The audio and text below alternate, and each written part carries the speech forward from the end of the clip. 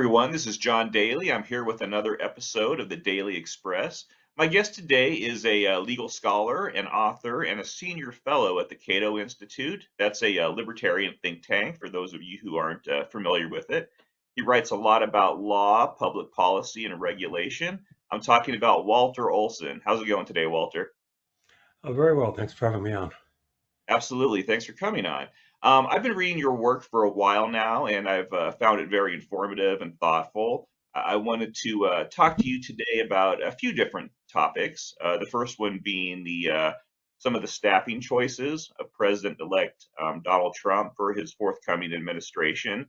His first few choices, I think, pleasantly surprised some conservatives and maybe some more traditional Republican types. But then he sort of he sort of grabbed onto that MAGA lever and shoved it all the way up to its maximum setting. Um, Walter, as a legal scholar, how excited are you about the nomination of Matt Gaetz as Attorney General? Well, I'm excited in the wrong way, I guess you could say. Um, I am not surprised that he's got a mix of nominees who the world might see as more conventional or expected from other Republican presidents, and those who are um, uh, very very much not so. But with Gates, uh, I was prepared to look harder at the Department of Justice nomination than at any of the others, with Department of Defense being second after that.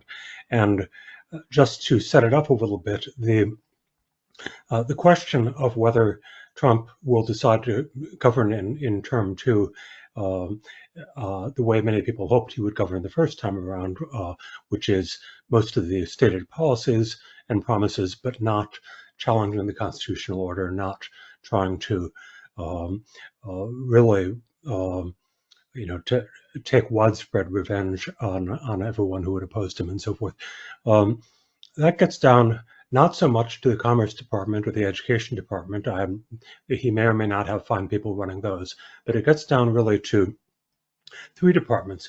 Um, the one where we had a relatively normal pick was Homeland Security, where South Dakota Governor Kristi Noem at least is not known as a um, not known for sending in armed law enforcement situations. Not that they occur in South Dakota all that often anyway, probably, but uh, but the Department of Justice is really the place to look. It is the place where issues come up every single day about whether or not um, uh, requests can be um, complied with or whether they are illegal. Now, goes on in the Pentagon too, which I'll get to in a minute, but that's not the Pentagon's business. The Justice Department's business more or less is deciding whether or not things are legal to do and not doing them if they're not legal. That's what the whole department is about.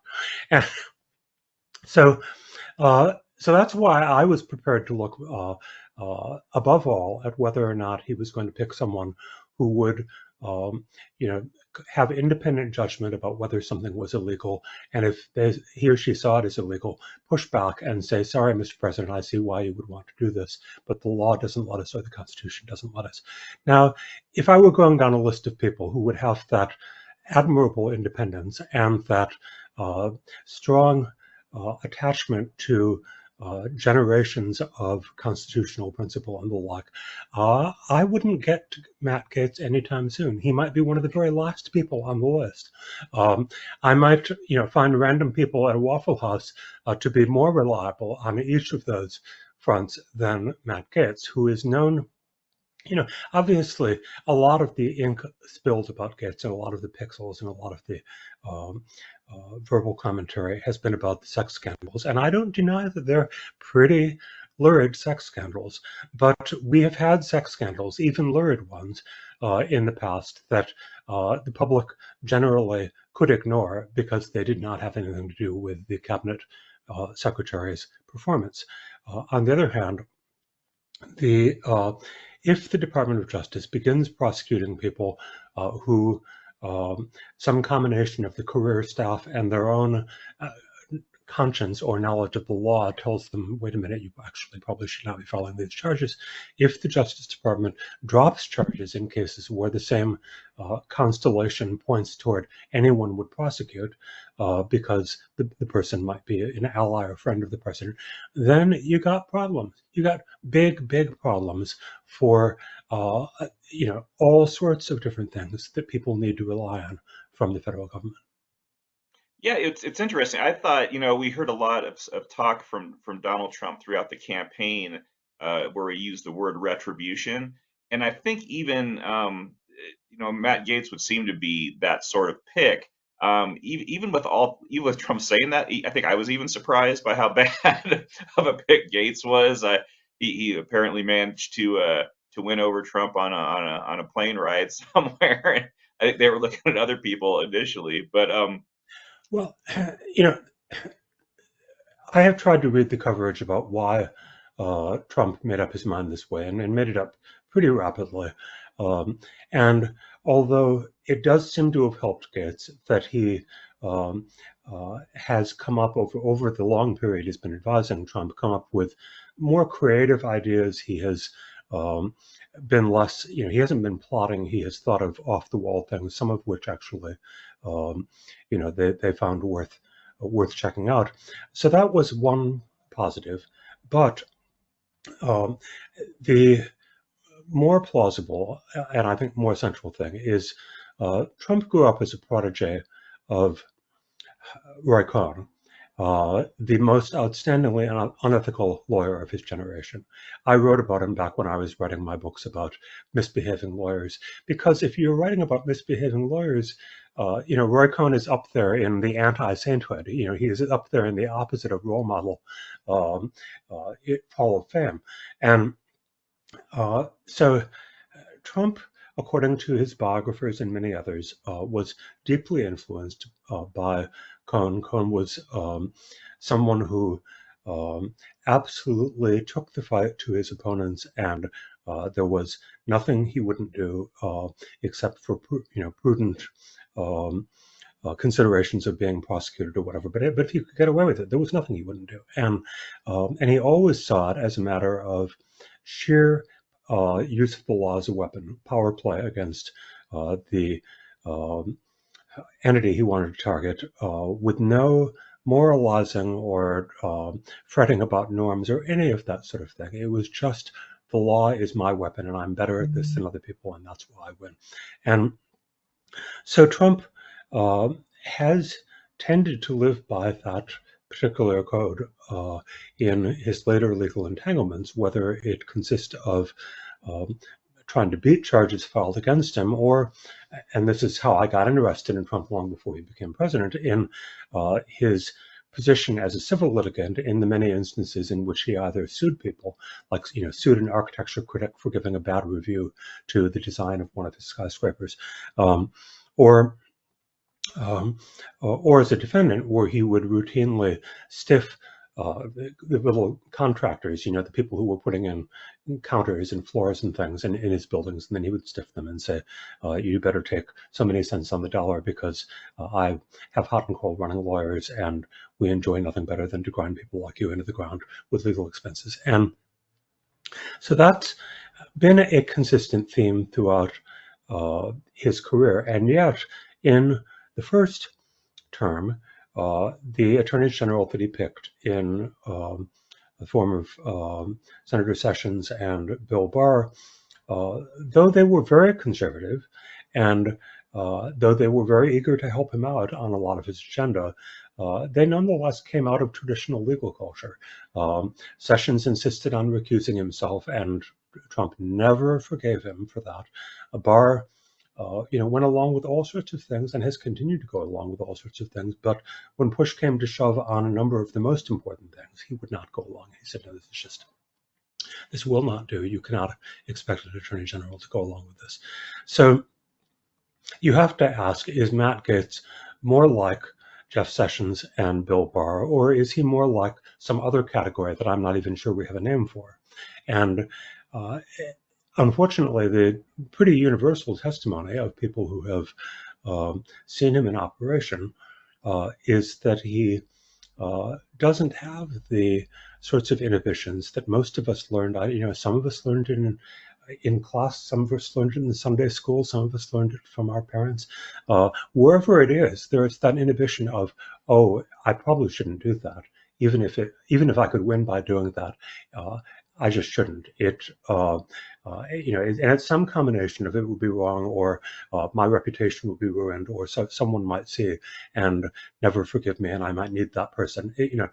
Whatever it is, all these synapses were kind of bypassed in many of Gates's decisions that he's already made in his young life. So that's why, even if Trump had counterfactually solicited and followed my advice on all of his other cabinet appointments, this has not happened. I would still be upset just over Matt Gaetz. Yeah, he would definitely seem to be the most problematic of the nominees, although there's a pretty good competition going on there. The idea that Robert F. Kennedy Jr. would be only the third most concerning cabinet pick is one I could never have, because I spent 2 decades writing about RFK Jr.'s interventions in vaccines and pharmaceuticals and pesticides and food additives and all of these different things in which he was consistently ignorant and alarmist and wrong. And so I was all set to oppose that. But now it's almost like, is there any spare time? And we haven't talked much about Hegseth for defense. And one reason is that I am not a defense expert, never have pretended to be. And anytime I try to say something about defense, there is bound to be one or usually many people who know much more than I do in the audience, and I'd rather draw it out of them and get a more informed critique. Nonetheless, the one area where push comes to shove, particularly in the military, is in that issue of when presented with orders that either are definitely illegal or seem illegal, and you're not sure how to look it up fast enough, what happens? And the military, of course, and this is among the many extraordinary expectations that we place on the military that make it such a profession that deserves our credit when it goes well, which it almost always has. It is very much drilled into military culture that you may not follow the illegal orders, even from a commander-in-chief. More often, of course, it's coming from someone lower down on the chain, but you must not follow those illegal orders. And even though the consequences for being wrong and not following an order, and it turns out to be legal, consequences are very, very dire. And so there you have a type of balance for which America, I think, despite the fact that we've had a certain number of instances of the military committing crimes during war and that sort of thing, I still think our record is one of which to be proud. Set alongside other nations, I think that America is rightly proud of the interlocking set of norms about the military, the civilian control, but also the legal control, the fact that they are controlled not by the president, but by the laws of the United States and the Constitution of the United States. That is such a crowning glory. And so I look at, okay, Hegseth, can't say that I knew much about him, can't say that Deus Vult tattoo endears him to me, but still interested in the in what evidence there might be on this set of questions, which is where the military intersects with the rule of law. And so the issue that put him on the map was trying to get as I understand it, and correct me if I'm wrong, trying to get a pardon for 3 people who had been credibly accused of war crimes. And Exactly. I think in 2 cases he got it, and in the third there was some other resolution that was favorable to the person. But and I don't know anything about those cases, and I don't want to risk being unfair to any of the parties, including the accused, because you can be accused to people, you can be unfair to people even if they were to some extent, correctly, legally accused. But but I thought, okay, that's interesting, not completely inconceivable because I've known people who care deeply for the rule of law, for example, who worked for years against wrongful convictions in the civil law, who worked for, people convicted of murder who they thought were in fact substantively innocent and all the rest of it. And so I thought, okay, what's the wider military philosophy that this might reflect or tie in with? Is he a super believer in JAG ideals of the rule of law, such that he wants to hold JAG to its own high ideals and so forth? Well, it seems instead that he is one of these people who believes the military's hands are tied by an excessive regard for doing everything in an exactly legal way, and that all of this I dotting and T crossing is keeping us from being as vigorous as we ought to. Well, again, I have known some people that I respect who will argue some version of that. It does tend to rule out the idea that he was the first kind of crusader against war crimes convictions, namely the very legally minded type. But on the second type, there are people I respect who believe that it's gone too far in that direction. So what does he say about military engagement? Does he talk as Eisenhower talked and as so many American military leaders have talked, in a way that is appropriately grave, appropriately warning of the terrible costs of acting when you shouldn't have acted, or being wrong, while fully aware that sometimes we need to do violent and dreadful things? Well, even a little bit of brief exposure to Hegseth's writing, and I can't claim to have had more than dipping into them, but the dipping in suggests that he is, even among Fox talk hosts, that he is a very vehement, very aggressive, very enemies of the people type, and that worries me more. I hope that in the hearings that they have, they explore some of these things and figure out whether they, as senators, are satisfied with how he sees these different issues interrelating: the cost of being over legalistic, the importance of making sure that we are obeying the laws of war, the laws of the U.S. Congress, and the laws of the Constitution, and how would he react if given an illegal order by the president? No, I think those are all important questions that have to be asked of him. I mean, if people can look into the details of the types of war crimes that were allegedly committed, I'd say allegedly, but they were pretty. I mean, they're pretty well documented exactly what happened, and it was pretty bad stuff. And he successfully So, lobbied. sometimes the equities argue for a pardon even when a conviction was not wrongful. You all know there are instances where people reform. There are instances where the law was enforced in a Javert-like, harshness against someone whose mitigating circumstances were not taken into account. All of that sort of thing. I'm not familiar enough with the pardon cases to speak to them now, although maybe come back in a couple of weeks and I will have had a chance. But for now, I would just say, gee, this raises the sorts of questions that I hoped would not be raised by a defense nomination.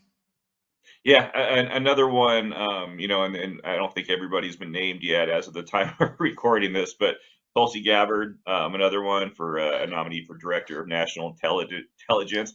That one really gets me too. I mean, she would be overseeing all 18 U.S. intelligence agencies. Gabbard has this noted history of being a defender, an apologist, some would even say a propagandist for a number of Americans' foreign rivals, Syria, Russia. Do you have any thoughts on her, Walter? Yeah, as part of my generally leaving defense issues and a lot of foreign policy issues to those who are more expert, um, mostly I would be willing to sit on the sidelines and just say, okay, the president's if president's entitled to pick someone who matches his own views, which have included a lot of buying propaganda from foreign powers that I view as hostile, and a lot of other bad stuff. But he's entitled to bring in someone who reflects his view of the world on foreign policy, there are questions about whether or not her exposure to intelligence issues in particular, I know she worked on some defense issues, but to intelligence issues really is the sort that counts as having been around the block. That's a pretty important objective criterion that doesn't have to do with her point of view on things. But I can't resist saying one thing that I think bodes ill, which is that she was, when the Ukraine war broke out, there was this internet report kind of that was bouncing around from account to account among the usual sort of suspects on X/Twitter, which was that the US maintained biolabs in Ukraine. And this was a very sinister and secret thing. Well, it may have been related to deliberately causing pandemics, but who knows? It was part of the whole head of steam that was worked up about suspicion of the government's involvement in biowarfare and so forth after COVID. So it turned out that there was, as I understand it, nothing to this, that it was, in fact, they soon figured out that this was Russian propaganda, that they had seen that the biowarfare thing would be a fun thread to pull out, and they just sent out that set of stories into the world, and it was jumped on by the gullible. Well, one of the people who was circulating it was Tulsi Gabbard. Now, at a minimum, that suggests that her instincts in the separation of true information from false information about foreign things are not very good, because certainly, given her position with a congressional career and so forth, she could have picked up the phone and called a couple of people. People would have returned her calls. She could have called responsible people very quickly and gotten some good line on whether or not maybe wait and see about spreading that rumor, or maybe come out and say, I have reason to believe the rumor is false. But at any rate, don't say, don't reinforce the rumor and help spread it. And the fact that she did suggests some combination of her own ability to discern accurate intelligence from foreign propaganda that was pretty easily exploited. Her native talents have not been very well developed, and that the sorts of things that protect a lot of us from spreading falsehoods that damage national security, which I would call that one, is that we have a trusted network of people. We go see whether they are taking the rumor seriously, and I have to say, as someone who does not have perfect BS instincts, I have been saved from passing along things that seemed plausible to me, but in fact were not true, by that trusty old expedient of going to people who I know are very well informed about the area, and just checking out whether they are also alarmed by this alarming report. And so again, I'm not claiming great intelligence smarts, but then I'm also not the one being nominated. I hope that she answers questions in these areas. Yeah, they should be interesting. Well, that draws kind of the big question. We talked about these these four individuals.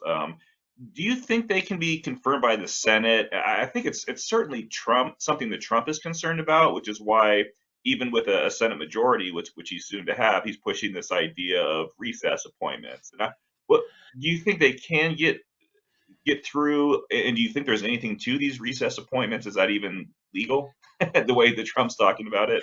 Well, okay, you got several questions packed into one question there. And let me start by saying, no, I can't predict, because it is not the process of some sort of calculation in which people, apply their existing views of what nominees should be and then come up with a calculus of whether or not the person passes. It's a complete power play. The nominations, leaving aside the recess appointment side of it, Trump is treating the whole thing as what it is, which is an extremely significant first test run of whether or not the Senate will be his pliant object. And if the Senate rolls over for these four nominations, and confirms them all, I think that's about as clear a signal as he is looking for, because he views it this way, that the Senate is basically not going to revolt unless he does very, very extreme things, that he's got effective control for the time being of the Senate.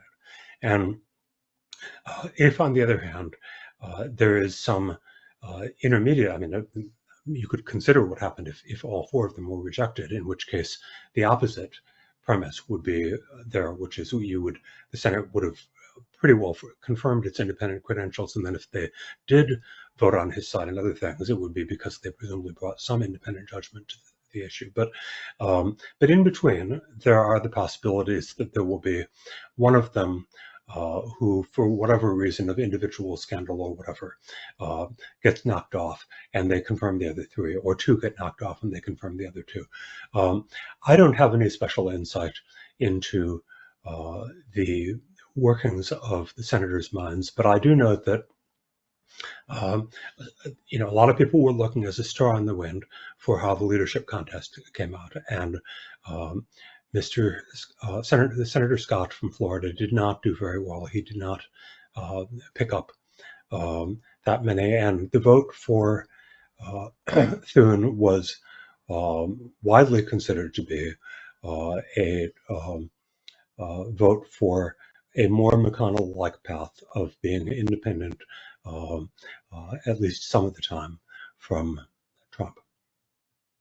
Yeah, I think Thune's an interesting guy. You always kind of have seen him all these years, standing right behind McConnell. So and you get these ideas that he is sort of in line with them. At the same point, he doesn't feel like he's as commanding of a presence. So it'll be interesting to see what his influence is. Filling McConnell's shoes will be almost impossible. I know there are some Yeah. conservative readers who think that he's some sort of villain. To me, he accomplished more for conservatism than any figure since, with the possible exception of my old boss, Scalia, since Reagan. McConnell actually accomplished more, and you can make a good case he accomplished more than too.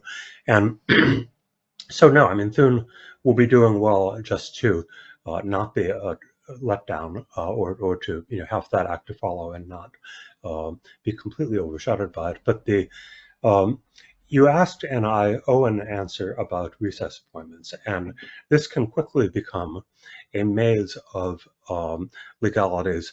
I recommend. I have two Cato colleagues who are genuine experts on this process, and who can write clearly and convincingly. Those two are Tommy Berry, who heads the legal project, the Center for Constitutional Studies at Cato, and is therefore my boss, and Andy Craig, who is now with the Mercatus Center, but is a Cato adjunct and has written any number of brilliant things. And so I have been enjoying a margarita on the sidelines while they write one wonderful piece after another about why Trump is not in possession of all of the high cards on this. And if and when he tries to get away with recess appointments, particularly if he tries the ploy of forcing an adjournment on an unwilling Congress, which is one of the things he's talked about doing. Senate does not want to adjourn. House votes to adjourn. President says, two houses have disagreed, and here's a constitutional provision that says that if the two houses disagree on when to adjourn, president can name the time of adjournment and can adjourn it and name the time of coming back into session. So particularly if he tries the second of these two, there are reasons to think that not only that the Supreme Court might stop him, but that the conservative justices, many of them might be leading the way. Now, the conservative justices have sometimes, as we know, split on Trump-related things, ironically, with the justices he appointed being somewhat more severe in examining his claims than Justices Alito and Thomas, who he didn't appoint. But each justice approaches these things on their own. But we know that in the, getting back to plain old recess appointments, in the case of Noel Canning, which was an NLRB case where I think it was the Obama administration that had tried to do a recess appointment, and the court nominally unanimous, nonetheless split with a Scalia concurrence, speaking for the conservatives, which was hostile toward recess appointments, except under narrow circumstances where constitutionally they would make sense to go on. But Scalia's opinion, joined by the other conservatives in his day, suggested that the court should be steering toward recognizing that the presidential power of recess appointments was more delimited by the particular conditions, the particular functions they needed to serve. For example, when the Constitution was drafted, travel and communication costs meant that Congress had to be away for long periods, and communication with Congress even was more or less impossible during the periods when they were back in their districts. And so during those long periods, you had various types of effectively emergency powers, and so the advance of modern communication and travel, meaning that everyone can be back within a day, has meant that the certain types of effectively emergency powers granted to the president no longer make any sense. They are obviously a very dangerous possible destabilizer of the balance of powers, because if used in a certain way, they would cut the Senate out of its advice and consent powers, which is one of the most important, most central powers that the Senate has ever had. Saying that, we read this language so as to suggest the founders didn't realize they were actually allowing the president to totally eviscerate these advise and consent power and agglomerate all that power to himself instead. Their pen slipped, and now the Senate has to pay the price by losing the power. No, and if the conservatives start out with that point of view, what are the liberals going to do? You could get a 7-2, you could get a 9-0 opinion if Trump goes too far in pressing his luck on this. That's why a lot of people speculate, and I think there may be something to it, that Trump is using this as a weapon, using it as a threat, saying, look, you'd better come along and give me satisfaction on my nominations because I've got this club in the closet. And as chess players are fond of saying, the threat is stronger than the execution sometimes. Well, that's really good insight, Walter. I wanted to switch directions here and talk a little bit about primary reform. Lots of people, including me, think we desperately need some reforms. I think it would benefit the parties. I think it would benefit the country. I have personally warmed to the idea of ranked choice voting. I think it's a good idea, but voters across the country, including in my state of Colorado, largely rejected primary reform in the November election. What kind of reforms, I know this is something you're interested in, what kind of reforms would you like to see? And how do you think they can be better sold to voters? Okay, well, you have just invited me to give you the gist of a piece that I expect to finish later this afternoon for Cato, because this is exactly what I'm writing about right now. I have been very supportive of both ranked choice voting and primary reform. And the first thing to clarify about the results on election day is that those are two different things. You have ranked choice voting standing alone, often called instant runoff voting, without being connected with any primary reform, just as a new voting method. And then you have primary reform, and most of the proposals for primary reform followed the Alaska model. And the Alaska model says top four in a universal primary where everyone can run and everyone can vote. Top four advance, and then ranked choice voting is used in the general to select a winner from that. Now, I happen to like that system, but the between those two possibilities, plain old ranked choice voting of the sort that now is it 70 cities and municipalities? A lot of them have, and many of them have had for, whatever, 20 years at this point. And it's been used around the rest of the world. So you've got something there which, like it or dislike it, and I know a fair number of people who say that they like ranked choice voting in principle, but they think it's small ball. It doesn't change all that many outcomes. It might change the way people campaign, but it's not going to usher a whole bunch of new people into office who aren't winning currently. So that means that ranked choice voting, even though painted by some of our conservative friends as some sort of left-wing radical thing, it is in fact a mild, incremental, sort of meliorist reform, which is meant to make outcomes a little bit better. And before I go on to primary reform, I'm just going to say that if anything drives me up the wall, it's the polarization on red-blue lines of ranked choice voting, which is and has long been recognized by political scientists and others studying, and economists most of all, who are its major fans, as being neutral between sides of the spectrum and neutral between different parties. Everyone can take advantage of our ranked choice voting methods to do better. Conservatives have used it in things like nominating Glenn Youngkin. So what is the big story from this last election in how RCV actually worked in the cities that use it?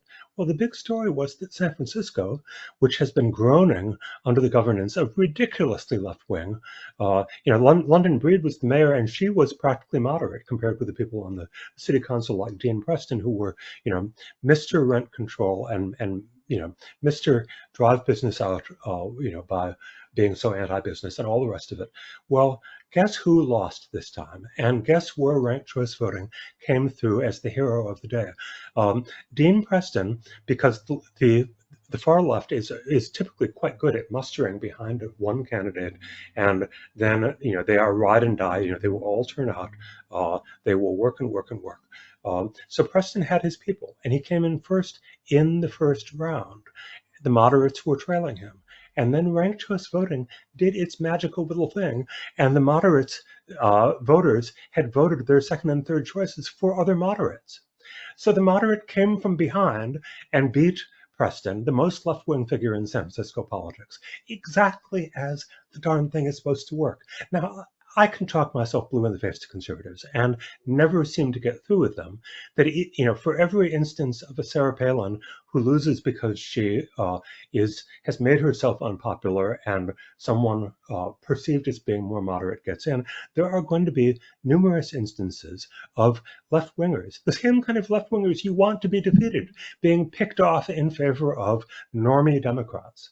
I like that. I think normie Democrats, you can talk to them about more different things. They're less likely to completely destroy the business climate of your city, or completely destroy the ability of the police to fight crime, all of these different things. So maybe this will lead to a rethinking.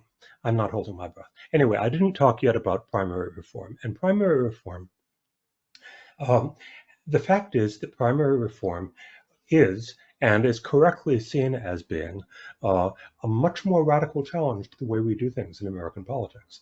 The basic case for primary reform is that currently everything is funneled through a Republican primary and a Democratic primary, in which there is veto power. Candidates that the base dislikes will often be picked off at that point. And also you have the thing I was mentioning in San Francisco, which is the moderates are disorganized and several of them run. And the MAGA forever person, has got all of this. So in fact, primary reform is another way of elevating the prospects of candidates who can put together a bipartisan coalition, a coalition with a lot of independents in it. In Alaska, it was introduced in part because otherwise Alaska would probably lose at some point. Senator Lisa Murkowski, who is good at winning general elections because she picks off some Democrats and she wins lots of independents, but who cannot make it through a Republican primary. And so that's the cynical reason why Alaska voted for it, is because they liked Lisa Murkowski. And there was a parallel situation with a number of state legislators where the moderate business-oriented Republicans were getting picked off by MAGA 100%ers. And the voters in Maine overall thought, gee, we kind of liked a lot of those moderate Republicans who lost their seats. Why don't we give them a chance? And of course, it worked exactly as planned, because a bunch of moderate Republicans came back. They form a majority of the Alaska Senate, but it's a totally different body with them in control. And so both houses of the Alaska legislature are now run by bipartisan coalitions, and something that very few other states can say. So here you have, however, something which has only got a working model that has gone through one election cycle in one state, period, anywhere in the world, as opposed to RCV, which is up and running in dozens and dozens of places. And you can see how it works, and you know what the typical problems are, and so forth. So much more untried, much more far-reaching in its consequences. As I say, RCV turns out to be quite incremental. It does not revolutionize things, does not do away with the two-party system. It does not even change the power of the parties all that much. They already feel they can't dictate who wins primaries, so they're not giving up something all that important by giving the voters more power on that. But with primary reform of the Alaska sort, the parties, and this has been true in all 6 of the states where it was on the ballot, the 5 new states where it was being introduced for the first time, and the first time that it was introduced in Alaska 4 years ago, both parties or establishments opposed it, Republicans and Democrats. That was even before the red-blue polarization went. The party establishments said, wait a minute, with no party primary at all representing our party, it's possible that 2 people from our party will get through, and or it's possible that 0 will, although you have to be a very weak party not to be able to get any of the top 4 or top 5. But most of all, one of the big things that parties preside over and do, and for which people butter up the precinct leaders and whatnot, namely primaries, would cease to exist. All these people, the system would have neatly bypassed them, just as when the Mississippi River, does one of its meanders, and suddenly, town is on dry land that once had a port, and so the party establishments have found primary reform to be deeply threatening in a way that they have not really been threatened by ranked choice voting. Indeed, sometimes the parties have felt, the Alaska Democratic Party is the one party that came to terms with primary reform because they were a minority party that already had lost virtually everything and saw that they would much rather live in a state where they could have a coalition with the moderate Republicans and have some say that way. What's to complain about? And they elected Mary Peltola. So but in the other 5 states, you had some individual Democrats, like in Colorado, like the governor and one of the 2 senators and the mayor of Denver. More power to them. I do give them due credit for effectively, defying the party establishment in Colorado. Then you had the Republican Party establishment everywhere saying no. But that's only the beginning of the political difficulties you have. I mentioned that the organized conservative movement has been blasting away at all of these things with organs like the Wall Street Journal and the Heritage Foundation and so forth, absolutely unwilling to concede that there is any possible case for any of these things. I would think that the Wall Street Journal would see some merit in the idea of moderate business-oriented Republicans getting a higher share of offices instead of MAGA 100%ers, but they don't see it that way. And so you have the same thing on the left, and this is one of the underreported parts of the thing, but it comes out in a number of places. The groups, as it's called, all of the pressure groups on the left who believe that the Democratic Party has to make their particular issue into an absolute litmus test and must not back off in quest of moderate votes or anything. We all know the groups in our particular areas, and a place like San Francisco, I say that it's been run by the extreme left, but you could also say it's been run by the groups and the politicians who are closest to them.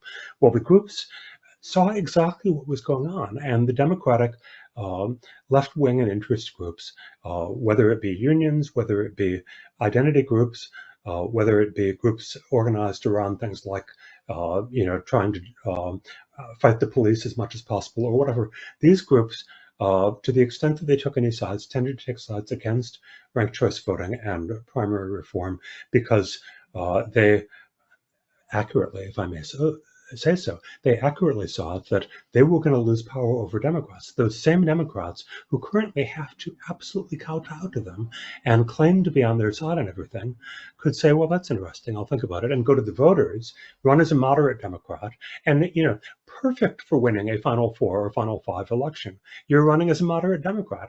You've got a good chance of thumbing your nose at the people who would have beaten you in the Democratic primary. That's good. So That's anyway, good. all these groups opposed it, and it was simply unfamiliar. Nevada was the one state where it was familiar because Nevada has a two approval system where the voters have to approve it 2 years in a row, and so it had been on the ballot 2 years ago and it passed by like 1 percentage point, and this time it lost by whatever, like two, like it was 48 instead of 51 or something. So voters shifted slightly, which could be a turnout issue of more Republicans coming out to vote or whatever. But Nevada opinion did not change very much.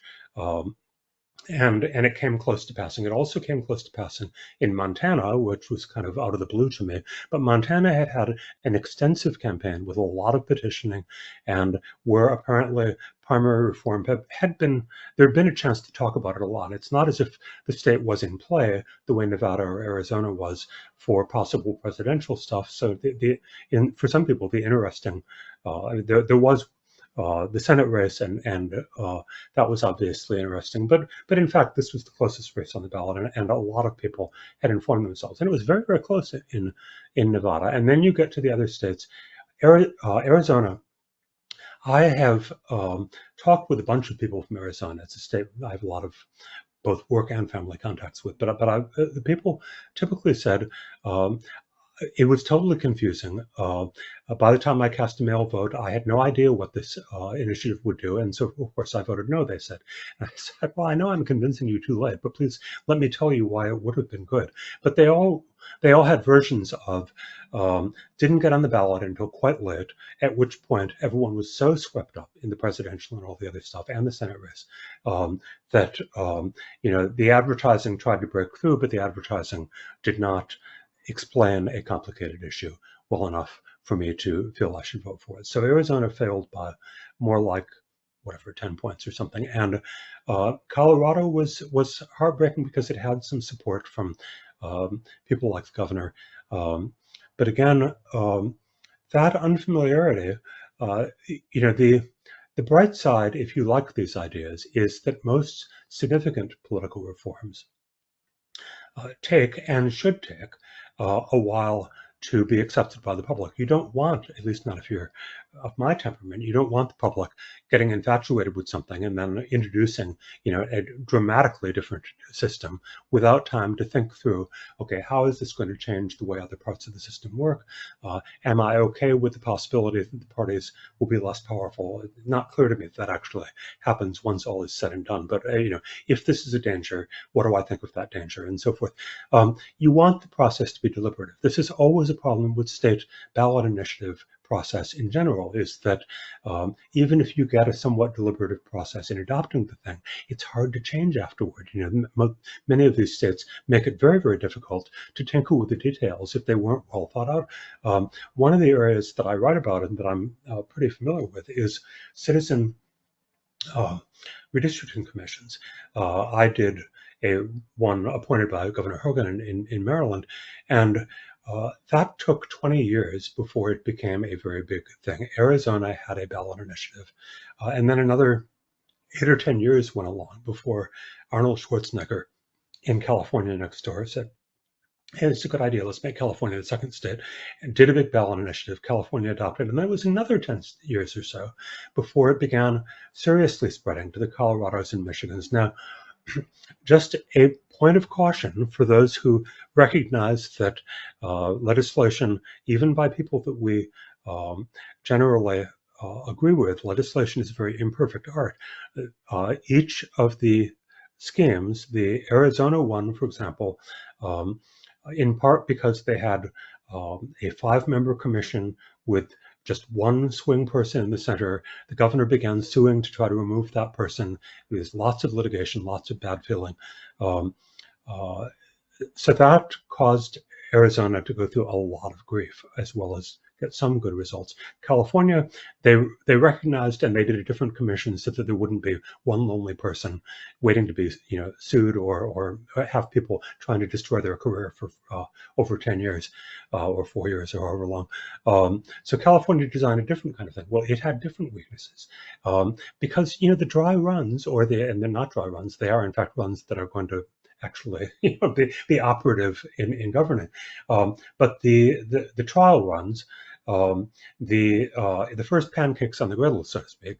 I don't blame people for saying, hey, let's let a few more pancakes get cooked in other states. Let's see how Alaska. And this is a conservative instinct which you have to respect. Now the wider question that I get to is how strong is the positive head of steam going to get? And I would say, again, go back to that distinction between ranked choice voting on the one hand and primary reform on the other hand. They are meant to solve somewhat different kinds of problems. Ranked choice voting has been adopted in cities in part because it often replaces a runoff system. They would have a December runoff for mayor or for city council race or whatever. And people come in with ranked choice voting and they say, you can save a ton of money by not having a second election. Just have your runoff at the same time you're having the thing. And this has been a persuasive argument, a very non-ideological argument in getting cities to adopt. They were already running nonpartisan races and they already used runoffs. And so at that point, doing instant runoff is just one little step on the stairs. So I mentioned in Alaska that the adoption of Final Four was seen as solving a particular problem that Alaska had identified fairly clearly in its mind. I speak of them collectively, but just the Alaskan political people, which is one moderate Republican in general and moderate Republicans in general, who we like as a class, are beginning to find it impossible to get through Republican primaries. Let's adopt primary reform, and we can go on voting for those same sorts of people. Like actually a conservative argument, we want to go on voting for the same sort of people that we've been elected for quite a while, but the rules won't let us. So let's change the rules so that we can have as little change in actual representation. I'm not sure they would phrase it exactly that way, but you see, again, the adoption was connected with hey, we've got a problem, and we can even kind of name what that problem is. Here's a tool from the toolkit that helps us solve that problem. Now, what does primary reform solve for other places? Well, to the extent that other places come to the realization that candidates that they like, candidates who might be their favorites, just can't get into office because of the primary system. That's what would fuel, I think, continued public interest. And we've had that obviously in waves at different times on both sides of the political spectrum. You have had the Republicans during the period when they were picking off respected, veteran senators, with the woman who said she wasn't a witch, or with the various extraordinarily bad candidates who managed to win primaries against highly respected Washington institutions. And then you had the Democrats, who were also for a couple of cycles losing veteran leaders like the guy in St. Louis. Can't say I was a fan of his, but he was nonetheless a very powerful congressman, and Cory Bush, who had no money, not any great obvious political talent, but just this wave of people winning primaries because they could. Obviously, Alexandria Ocasio-Cortez is a more talented person, but for a while, people were winning Democratic primaries too, who were really radical, didn't have various obvious qualifications to be the congressperson for that district, against these senior people who were relied on by the entire metropolitan area because they were on the appropriations committee or whatever. And so the question is, will that situation in states continue to heat up to the point where people say, look, we just don't want more of this. Let's turn to something that might have unpredictable effects. It might not be used in a lot of places, but we just need to change. I don't think, aside from all the other factors that I said, I don't think that that's necessarily the current position of voters in Arizona or Colorado or Nevada, that they are so discontented with the candidates who've gotten through the primary system that they are ready to do something drastic. Well, hopefully people will come around here and slow and steady will win the race. I don't want to keep you too much longer, Walter. One last thing I wanted to ask you about. Ted Olson passed away last week. He was sort of a legend in the legal community. He was a founding member of the Federalist Society. He had a very distinguished career as an attorney, and he worked with multiple presidential administrations. People may remember, for those of us who aren't as in depth, into the legal stuff, we may remember that while he was George W. Bush's Solicitor General, his wife was actually one of the passengers who unfortunately died on the plane that was flown into the Pentagon on 9/11. I know, Walter, that you had a lot of respect for Ted. Would you care to share some thoughts on him and what you admired about him? Well, people often assumed that we were related, which we were not.